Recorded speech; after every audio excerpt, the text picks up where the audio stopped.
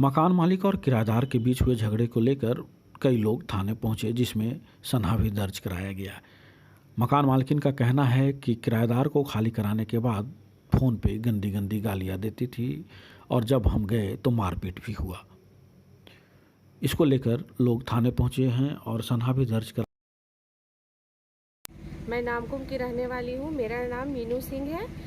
सुषमा हेमब्रोम मेरे घर में रेंटर को लेके आई थी, मौसमी मींच को। और मौसमी मींच शुरू में अच्छा व्यवहार कर रही थी तो मुझे लगा कि ये अच्छा महिला है।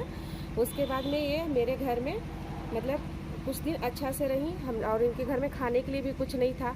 उसके बाद कोरोना हो गया, हम इनसे घर खाली नहीं करवा। अलग बगल से हमको पता चला कि इनके घर में रात में लड़का लोग भी आता है, और उसके बाद में इनको हम पकड़े कि ये मतलब गलत करते हुए।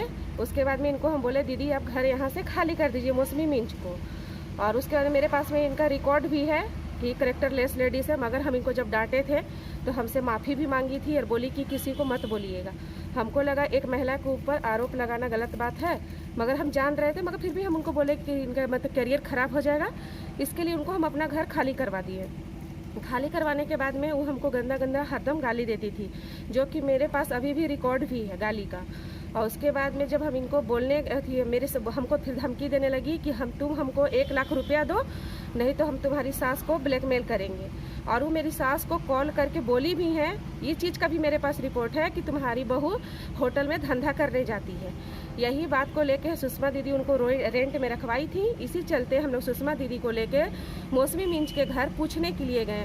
मेरी सास पूछी कि आप ऐसा क्यों किए, आप अगर मेरी बहू के बारे में कुछ जानते हैं तो हमको बतलाइए।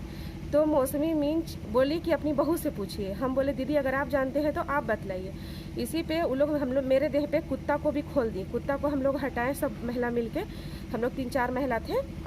उसके बाद में वो क्या की कि हम मेरा बाल पकड़ के खींची हैं, मेरा पूरा फुला हुआ है और हम लोग को बोलती हैं कि धंधा करवाती हैं। अगर ऐसा है तो इस पर कानूनी कार्रवाई की जाए और मेरे घर में जाके जांच किया जाए, मेरा आस पड़ोस से पूछा जाए कि हम कैसे महिला हैं। सारी से हम यही बोलना चाहते हैं, मतलब रिक्वेस्ट कर रहे हैं कि इसके ऊपर कड़ी से कड़ी मतलब कानूनी कार्रवाई की जाए। कौन सही है और कौन गलत है, कौन कैसी।